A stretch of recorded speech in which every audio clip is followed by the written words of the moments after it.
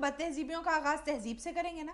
जैसे मर्जी कर लो, मैं नहीं अब गुस्सा करता। अच्छा, जब से तू मैं शुरू हुई है ना, इसको भी अब लोग बात तहजीब ही समझना शुरू हो गए। पहले किसे समझते थे? पहले तो लोग तुम्हें समझते थे ना, अब तुम्हें समझना शुरू हो गए।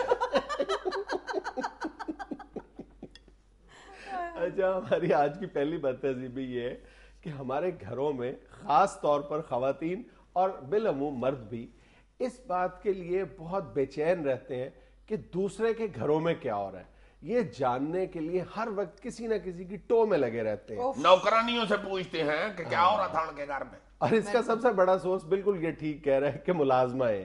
मुलाजमा एक घर की खबर दूसरे घर में और दूसरे की पहले घर में देने में बहुत मास्टर समझी जाती है। यार कई मुलाजमाएं तो इतनी बब्बर शेरनियां होती हैं कि घर वाले ना भी पूछ रहे हो तो खुद ही आके शुरू हो जाती हैं। हमारे मोहल्ले में एक घर में नौकरानी थी, उसकी 3000 तनख्वाह थी। अच्छा। मैंने तो उसका नाम FM 3000 रखा हुआ था। आके फौरन शुरू हो जाती थी। तो मालका ने बात की है ना जी कि आज आलू किस भाव में करे हैं। आलूओं से मुझे याद आया, ये जो मलकों का कार है ना, इसमें जो बड़ा मुंडा नहीं उनका लाड़ी पड़ा है माँ से कि मैंने नहीं उधर मंगनी करानी जिधर तुम कह रही हो।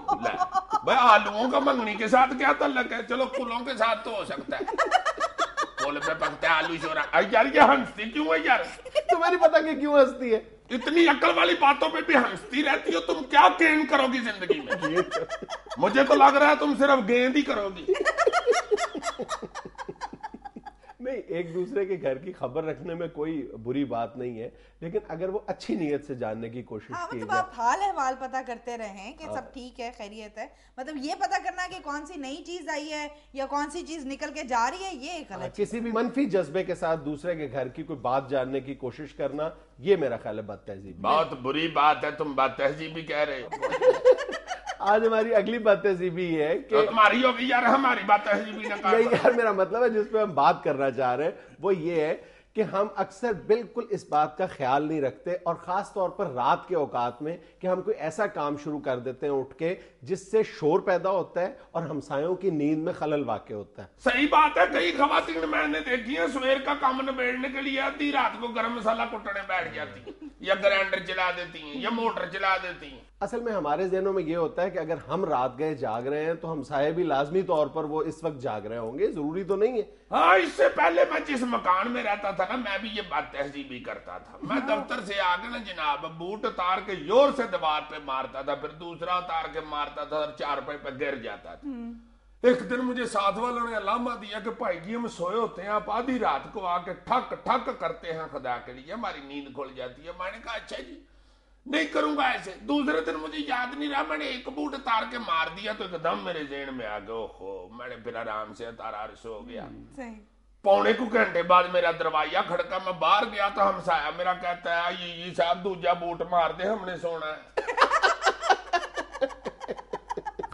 बहुत मैं शर्मिंदा हुआ। क्या तुम क्या हुए? शर्मिंदा? वैसे हमने आज तक नहीं देखा। नहीं मैं यार अकल किया करो। तुम्हें एक बात बता रहा हूं, तुम आगे से मेरी पे ही हम।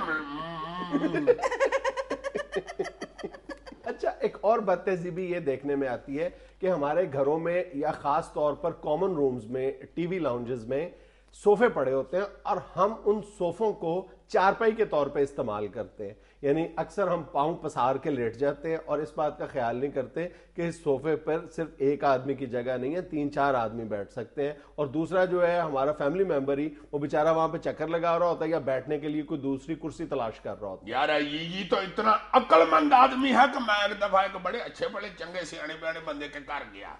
उसके सोफे पे ये जो भाई नहीं होती, ये इधर से सारी काली हुई थी। मैंने जाते ही बैठते कहा, मैंने कहा यार इधर कौन सोता है? माई हैरान हो गई, क्या ये के पास कोई जिन भूत है? कहती है जी आपका भाई जन सोता है। अच्छा। मैंने कहा अच्छा अच्छा, इसीलिए यहाँ तेल लगा हुआ है। अच्छा, एक और बदतहजीबी ये है कि दस्तरखान पर या डाइनिंग टेबल पर बैठकर या किसी होटल में बैठकर जब हम इकट्ठे खाना खा रहे होते हैं, उस वक्त हम इस बात का बिल्कुल ख्याल नहीं करते कि हम चबा चबा के जब खाना खा रहे होते हैं तो इस तरह की आवाजें निकाल रहे होते हैं कि दूसरों के लिए वो कराहत का बायस बनती है। ओहो अजीजी साहब, इतना को मुझे बुरा लगता है ना ये इस तरह को खा रहा हो तो कि या अल्लाह किससे आपे में पड़ गए हुए खाना खाओ बस। और जो लोग बेचारे बहुत सेंसिटिव होते हैं ना इस हवाले से, उनको तो बेचारों को उठ के जाना पड़ता है इस तरह की जगह से। हाँ, ये पीते वक्त भी कई बंदे आवाजें निकालते हैं, चाय पीते हुए खास तौर पे सुर्खी लेते हैं, सुर्खी लेते हैं। सुर्खी कहते हैं उसे। जी। अरे मैं तो करता नहीं चुके इसलिए मुझे नाम का नहीं पता इसका। अच्छा, उसे पूछ के देखे जो बेचारी करीब मुझसे बैठी तो हुई ना है। पूछवाए, देखिए मुझे सच बोलना पड़ जाएगा। नहीं वो किसी वक्त है मैं ये शरारतन कर देता हूँ, वैसे है तो ये नहीं, बुरी वैसे बात। कई लोग ये कहते हैं कि जो मजा सुर्खी लेकर चाय पीने का है वो बगैर सुर्खी के नहीं है। उसको मैं तुम्हें नुस्खा बताता हूँ, उसको कहो भाई जी एक हाथ में कप पकड़ ले, दूसरे हाथ में छनकना पकड़ ले, थोड़ा सा पी के तो ये बजा लिया करें, आपको मजा आएगा। सर जैसे बाज लोग कहते हैं कि चाय के साथ बिस्किट का मजा उसी वक्त आता है जब आप बिस्किट डिबो कर खाएं, और बाज लोग इस बात से इख्तिलाफ करते हैं। नहीं खैर इस पे तो बुरा नहीं मनाना चाहिए क्योंकि इसकी सजा बंदे को खुद भी मिल जाती है। हैं? जब बिस्कुट डबोता है तो ऐसे उठाता है तो वो बीच में गिर जाता है, फिर वो बेचारा सारी चाय पी के बाद में बिस्कुट की लाश ढूंढता फिरता है। हाय हाय। इन वक्त तो एक कमर्शियल ब्रेक का, हमारे साथ रहिएगा। बाद में बेचारे कप उल्टा करके उसको पीछे से ठोक रहे होते मुंह में बिस्कुट दफनाने के लिए।